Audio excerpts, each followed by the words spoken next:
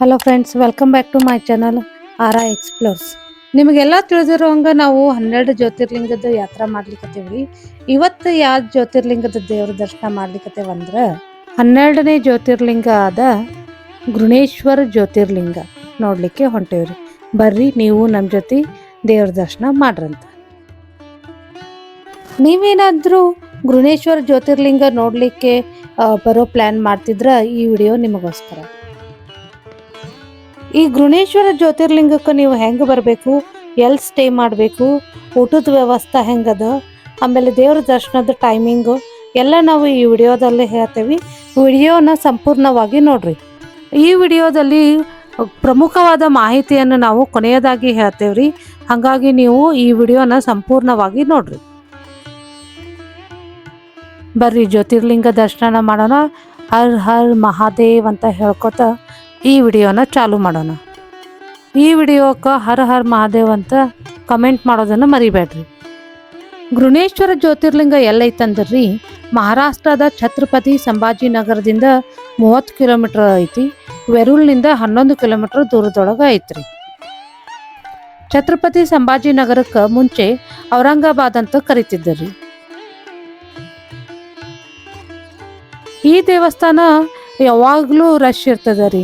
ಯಾಕಂದ್ರೆ ಇಲ್ಲಿ ಈ ದೇವಸ್ಥಾನದಿಂದ ಬರೀ ಅರ್ಧ ಕಿಲೋಮೀಟರ್ ದೂರದೊಳಗೆ ಎಲ್ಲೋರ ಗುಹೆಗಳವ. ವಿಶ್ವ ಪ್ರಸಿದ್ಧಿಯಾದ ಎಲ್ಲೋರ ಗುಹೆಗಳು ಇಲ್ಲಿ ನಾವು ನೋಡ್ಬೋದ್ರಿ. ಇವಾಗ ರೀ ಈ ಜ್ಯೋತಿರ್ಲಿಂಗಕ್ಕೆ ಯಾವ ಮಾರ್ಗವಾಗಿ ಬರ್ಬೋದಂತ ಮಾತಾಡೋಣ್ರಿ. ನಿಯರ್ದಲ್ಲಿ ಔರಂಗಾಬಾದ್ ರೈಲ್ವೆ ಸ್ಟೇಷನ್ ಐತ್ರಿ.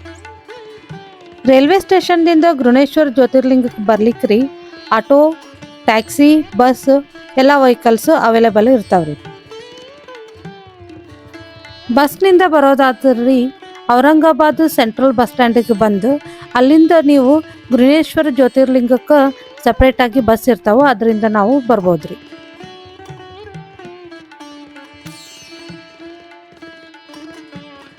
ಫ್ಲೈಟಿಂದ ಬರೋದಾದ್ರಿ ಔರಂಗಾಬಾದ್ನಾಗ ಏರ್ಪೋರ್ಟ್ ಐತ್ರಿ, ಅಲ್ಲಿಂದನೂ ಬರ್ಬೋದು. ಅಲ್ಲಿಂದ ಬಂದ ತಕ್ಷಣ ಅಲ್ಲಿ ನಮಗೆ ಟ್ಯಾಕ್ಸಿ ಅದು ಎಲ್ಲ ಸಿಗ್ತಾವ್ರಿ. ನೀವೇನಾದರೂ ನಿಮ್ಮ ಓನ್ ವೆಹಿಕಲ್ ಕಾರ್ದಿಂದ ಬರ್ತಿದ್ರೆ ಆರಾಮಾಗಿ ಬರ್ಬೋದ್ರಿ. ಆಮೇಲೆ ಒಳ್ಳೆ ಹೈವೇ ಐತಿ, ಹೈವೇಯಿಂದ ಬಂದು ಜ್ಯೋತಿರ್ಲಿಂಗ ದರ್ಶನನೂ ಮಾಡ್ಬೋದು. ಆಮೇಲೆ ಅಲ್ಲಲ್ಲೇ ಪಾರ್ಕಿಂಗ್ ವ್ಯವಸ್ಥೆನೂ ಮಾಡ್ಯಾರ್ರಿ. ಇವಾಗ ನಾವು ವೆರೂಲ್ನಾಗಿರೋ ಗೃಣೇಶ್ವರ ದೇವಾಲಯಕ್ಕೆ ಬಂದ ಮೇಲ್ರಿ ಎಲ್ಲಿ ಸ್ಟೇ ಮಾಡೋದನ್ನ ಹೇಳ್ತೇವ್ರಿ. ಇಲ್ಲಿ ಬಹಳಷ್ಟು ಹೋಟೆಲ್ಗಳು ಅದಾವ್ರಿ ಮತ್ತು ಧರ್ಮಶಾಲಾಗಳು ಅದಾವ್ರಿ. ಧರ್ಮಶಾಲಾಗಳು 400 ರೂಪಾಯಿದಿಂದ 500 ರೂಪಾಯಿ ಒಳ್ಳೆ ಧರ್ಮಶಾಲಾಗಳು ಸಿಗ್ತಾವ್ರಿ, ಅಲ್ಲಿ ಇರ್ಬೋದು. ಹೋಟೆಲ್ನಲ್ಲಿ ಸ್ಟೇ ಮಾಡೋದಂದ್ರೆ 800 ರೂಪಾಯಿದಿಂದ ಹಿಡಿದು 10,000ವರೆಗೂ ನಿಮಗೆ ರೂಮ್ಸ್ ಸಿಗ್ತಾವ್ರಿ. ಒಳ್ಳೆ ಫೆಸಿಲಿಟಿನೂ ಸಿಗ್ತಾವ್ರಿ. ಅಲ್ಲಿ ನಿಮಗೆ ಯಾವುದು ಅನುಕೂಲ ಆಗ್ತದ ಆ ರೂಮ್ಗಳನ್ನು ನೀವು ತಗೋಬೋದು. ನೀವೇನಾದರೂ ಒಂದೇ ದಿನ ಬಂದು ರಿಟರ್ನ್ ಹೋಗ್ಬೇಕಂತಂದ್ರೆ ಅಲ್ಲಿ ಗೆಸ್ಟ್ ಹೌಸ್ನಾಗ ನಿಮಗೆ ಫ್ರೆಶ್ ಅಪ್ ಆಗಲಿಕ್ಕೆ 100 ರೂಪಾಯಿಂದ 200 ರೂಪಾಯಿ ತಗೋತಾರ್ರಿ. ಅಲ್ಲಿ ನೀವು ಫ್ರೆಶ್ ಅಪ್ ಆಗಿ ದೇವ್ರ ದರ್ಶನ ಮಾಡ್ಕೊಂಡು ರಿಟರ್ನು ಹೋಗ್ಬೋದು.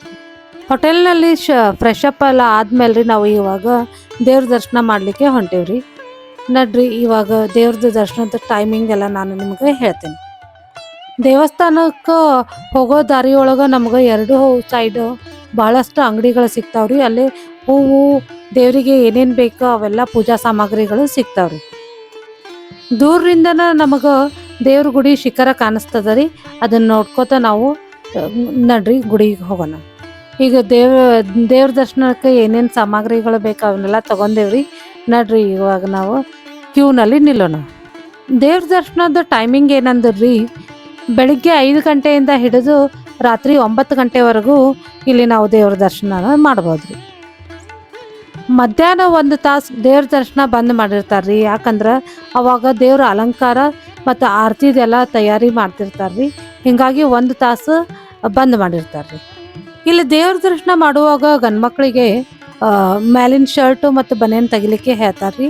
ಕರ್ನಾಟಕದೊಳಗೆ ಹೆಂಗೆ ದೇವಸ್ಥಾನದೊಳಗೆ ಗಂಡ್ಮಕ್ಳಿಗೆ ಶರ್ಟ್ ಬನಿಯನ್ ತೆಗೆದು ದೇವಸ್ಥಾನದ ದೇವ್ರ ದರ್ಶನ ಮಾಡ್ಲಿಕ್ಕೆ ಹೇಳ್ತಾರಲ್ರಿ, ಹಂಗೆ ಇಲ್ಲೇನೋ ಆ ಪದ್ಧತಿಯನ್ನು ಫಾಲೋ ಮಾಡ್ಯಾರ್ರಿ. ಈ ದೇವಸ್ಥಾನದೊಳಗ ಜ್ಯೋತಿರ್ಲಿಂಗನ ಸ್ಪರ್ಶ ಮಾಡ್ಲಿಕ್ಕೆ ಕೊಡ್ತಾರ್ರಿ. ಜ್ಯೋತಿರ್ಲಿಂಗ ಸ್ಪರ್ಶ ಮಾಡಿ ಪೂಜೆ ಮಾಡೇವ್ರಿ. ನೀವು ನಮ್ಮ ವಿಡಿಯೋ ಮುಖಾಂತರ ದೇವ್ರ ದರ್ಶನ ಮಾಡ್ರಿ. ದೇವ್ರ ಎಲ್ಲರಿಗೂ ಒಳ್ಳೇದು ಮಾಡ್ಲಿ. ಹರ ಹರ ಮಹಾದೇವ್. ಈ ಗೃಣೇಶ್ವರ ಜ್ಯೋತಿರ್ಲಿಂಗದ ಬಗ್ಗೆ ರೀ ಶಿವಪುರಾಣ, ಸ್ಕಂದ ಪುರಾಣ, ರಾಮಾಯಣ, ಮಹಾಭಾರತದೊಳಗೂ ಉಲ್ಲೇಖ ಮಾಡ್ಯಾರ್ರಿ. ಈ ದೇವಾಲಯ ಬಹಳ ವಿಶಾಲವಾಗೈತ್ರಿ. ಪುರಾತನ ಶೈಲಿ ಕೆತ್ತನೆಯಿಂದನೂ ಕೂಡೈತ್ರಿ. ಪ್ರತಿಯೊಂದು ಕಲ್ಲು ಕೆತ್ತನೆಯಿಂದ ಮಾಡ್ಯಾರ್ರಿ. ಆಮೇಲೆ ಆವರಣದೊಳಗ ದೊಡ್ಡದಾದ ಬಾವಿನೂ ಐತ್ರಿ. ಈ ದೇವಸ್ಥಾನ ಹೆಂಗೈತಂದ್ರಿ, ಅರ್ಧ ಕೆಂಪು ಕಲ್ಲಿನಿಂದ ಕಟ್ಟ್ಯಾರ್ರಿ, ಅರ್ಧ ವೈಟ್ ಕಲ್ಲಿನಿಂದ ಕಟ್ಟ್ಯಾರ್ರಿ. ಈ ದೇವಸ್ಥಾನ 5 ಅಂತಸ್ತುಗಳ ಶಿಖರವನ್ನು ಹೊಂದೈತ್ರಿ. ಅದಲ್ದ ಇದು 18ನೇ ಶತಮಾನದೊಳಗ ಕಟ್ಟ್ಯಾರ್ರಿ. ಈ ದೇವಸ್ಥಾನದೊಳಗೆ ಎಲ್ಲಾ ಕೆತ್ತನೆಗಳಲ್ಲಿ ಹಿಂದೂ ದೇವತೆಗಳನ್ನ ನಾವು ನೋಡ್ಬೋದ್ರಿ. ಅದಲ್ದ ಇದನ್ನ ಗೃಣೇಶ್ವರ ಅಂತಾನೂ ಕರೀತಾರ್ರಿ.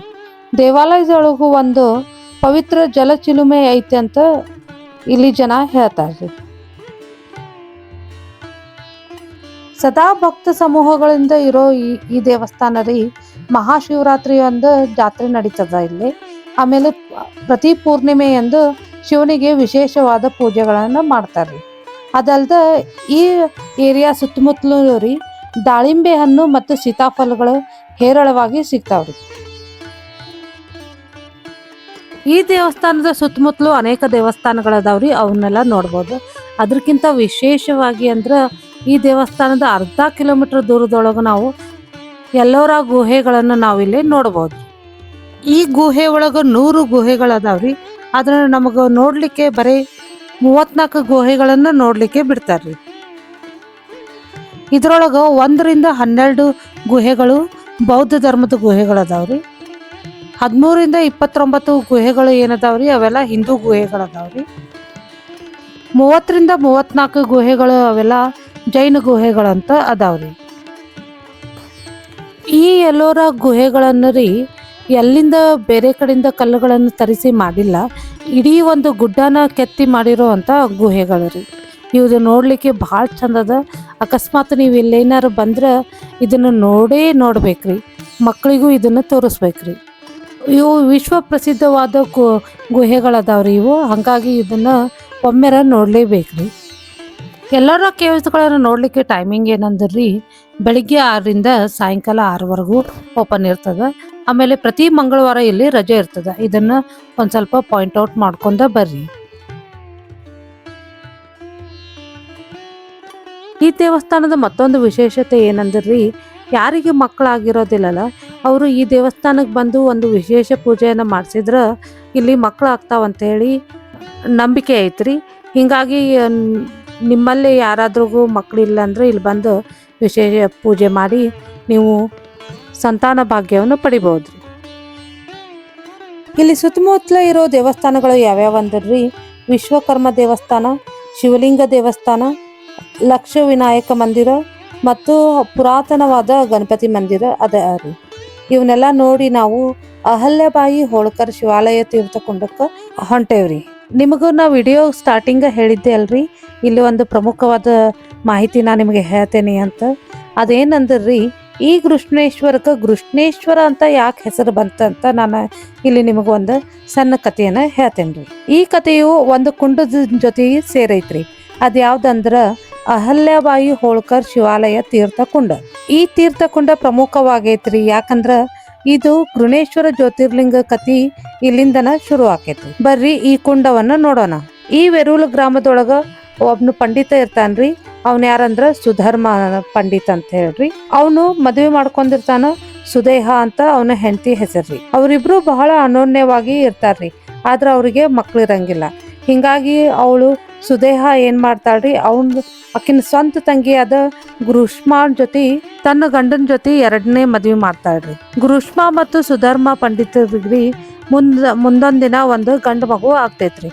ಗೃಷ್ಮಾ ದೊಡ್ಡ ಶಿವಭಕ್ತೆ ಆಗಿರ್ತಾಳ್ರಿ. ಅವಳು ಡೈಲಿ ಈ ಕುಂಡದ ಹತ್ರ ಹೋಗಿ 108 ಮಣ್ಣಿನ ಶಿವಲಿಂಗ ಮಾಡಿ ಪೂಜೆ ಮಾಡಿ ಆ ಕುಂಡದೊಳಗ ವಿಸರ್ಜನೆ ಮಾಡ್ತಿರ್ತಾಳ್ರಿ. ಸುದೇಹ ಗೃಷ್ಮಾಳ ಗಂಡು ಮಗು ಆಗಿದ್ದನ್ನ ನೋಡಿ ಅಸೂಹೆ ಪಡ್ತಾಳ್ರಿ.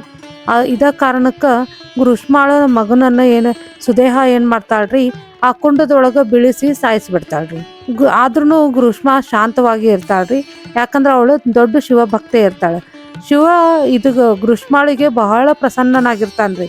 ಹಿಂಗಾಗಿ ಮರನೇ ದಿನ ಅವಳು ದಿನ ಹೆಂಗ 108 ಶಿವಲಿಂಗ ಪೂಜೆ ಮಾಡ್ಲಿಕ್ಕೆ ಹೋಗ್ತಿರ್ತಾಳಲ್ರಿ, ಹಂಗ 108 ಶಿವಲಿಂಗಗಳನ್ನು ಮಾಡಿ ಪೂಜೆ ಮಾಡುವಾಗ ಅವಳು ಆಕಿನ ಮಗ ಎದ್ದು ಆ ಕುಂಡದಿಂದ ಎದ್ದು ಹೊರಗೆ ಬರ್ತಾನ್ರಿ. ಶಿವನು ಆಮೇಲೆ ಪ್ರಸನ್ನನಾಗಿ ಪ್ರಕಟ ಆಗ್ತಾನ್ರಿ. ಅವಳಿಗೆ ಏನು ವರ ಬೇಕಂತ ಹೇಳಿ ಕೇಳ್ತಾಳ್ರಿ.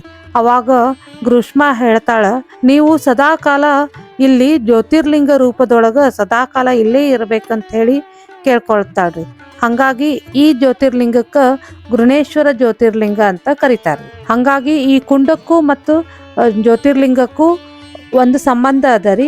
ನೀವೇನಾದ್ರೂ ಇಲ್ಲಿ ಬಂದ್ರ ಈ ಅಹಲ್ಯಬಾಯಿ ಹೋಳ್ಕರ್ ಶಿವಾಲಯ ತೀರ್ಥ ಕುಂಡವನ್ನ ಒಮ್ಮೆ ನೋಡ್ರಿ. ಇಲ್ಲಿ ಊಟದ ವ್ಯವಸ್ಥೆ ಹೆಂಗದ ಅಂದ್ರಿ, ಇಲ್ಲಿ ಬಹಳಷ್ಟು ಹೋಟೆಲ್ಗಳವ. ಸಣ್ಣ ಪುಟ್ಟ ಹೋಟೆಲ್ಗಳಿಂದ ಹಿಡಿದು ದೊಡ್ಡ ದೊಡ್ಡ ಹೋಟೆಲ್ಗಳು ಅದಾವ. ನಿಮಗೆ ಎಲ್ಲಿ ಬೇಕಲ್ಲಿ ಊಟ ಮಾಡ್ಬೋದ್ರಿ. ಆಮೇಲೆ ಇಲ್ಲಿ ಊಟದ್ದು ಏನು ತೊಂದರೆ ಆಗೋದಿಲ್ಲ, ಎಲ್ಲ ಒಳ್ಳೆ ಆಹಾರನ ನಮಗೆ ಸಿಗ್ತದ ರೀ. ಇಲ್ಲಿ ಸ್ಯಾಟರ್ಡೆ ಸಂಡೇ ಮತ್ತು ಮಂಡೇ ರೀ, ಆಮೇಲೆ ಕೆಲವೊಂದು ವಿಶೇಷ ದಿನಗಳೊಳಗೆ ಜಾಸ್ತಿ ಜನ ಇಲ್ಲಿ ದೇವ್ರ ದರ್ಶನ ಮಾಡ್ಲಿಕ್ಕೆ ಬರ್ತಾರೆ. ಈ ದೇವಸ್ಥಾನದ ಒಂದು ವಿಶೇಷತೆ ಏನಂದ್ರಿ, ಇಲ್ಲಿ VIP ದರ್ಶನ ಇಲ್ರಿ. ಇಲ್ಲಿ ಎಲ್ಲ ಬರೋ ಜನ ಸಾಮಾನ್ಯ ಜನರಂಗ ಲೈನ್ ಕ್ಯೂನಲ್ಲಿ ಹಚ್ಚಿ ದೇವ್ರ ದರ್ಶನ ಮಾಡ್ಬೇಕ್ರಿ. ನಮ್ಮ ವಿಡಿಯೋನ ನೋಡಿದ್ದಕ್ಕೆ ಧನ್ಯವಾದಗಳು. ನಮ್ಮ ಚಾನಲನ್ನು ಸಬ್ಸ್ಕ್ರೈಬ್ ಮಾಡ್ಲಾರ್ದ ನೋಡ್ಲಿಕ್ಕತ್ತೀರಿ, ಅವರು ಸಬ್ಸ್ಕ್ರೈಬ್ ಮಾಡ್ಕೊರಿ. ಯಾಕಂದ್ರೆ ಮುಂದಿನ ವಿಡಿಯೋಗಳನ್ನು ನೋಡಲಿಕ್ಕೆ ಈಸಿ ಆಗ್ತದೆ. ಯಾರು ನಮ್ಮ ಚಾನಲ್ ಸಬ್ಸ್ಕ್ರೈಬ್ ಮಾಡಿರಿ ಅವ್ರಿಗೆಲ್ಲರಿಗೂ ಧನ್ಯವಾದಗಳು. ಹಿಂಗ ನಮ್ಮನ್ನು ಪ್ರೋತ್ಸಾಹ ಮಾಡ್ತಾ ಇರ್ರಿ. ಜೈ ಹಿಂದ್. ನಿಮ್ಗೆಲ್ಲರಿಗೂ ದೇವರು ಒಳ್ಳೆಯದು ಮಾಡಲಿ. ಹರ್ ಹರ್ ಮಹಾದೇವ್. ಧನ್ಯವಾದಗಳು. Thank you.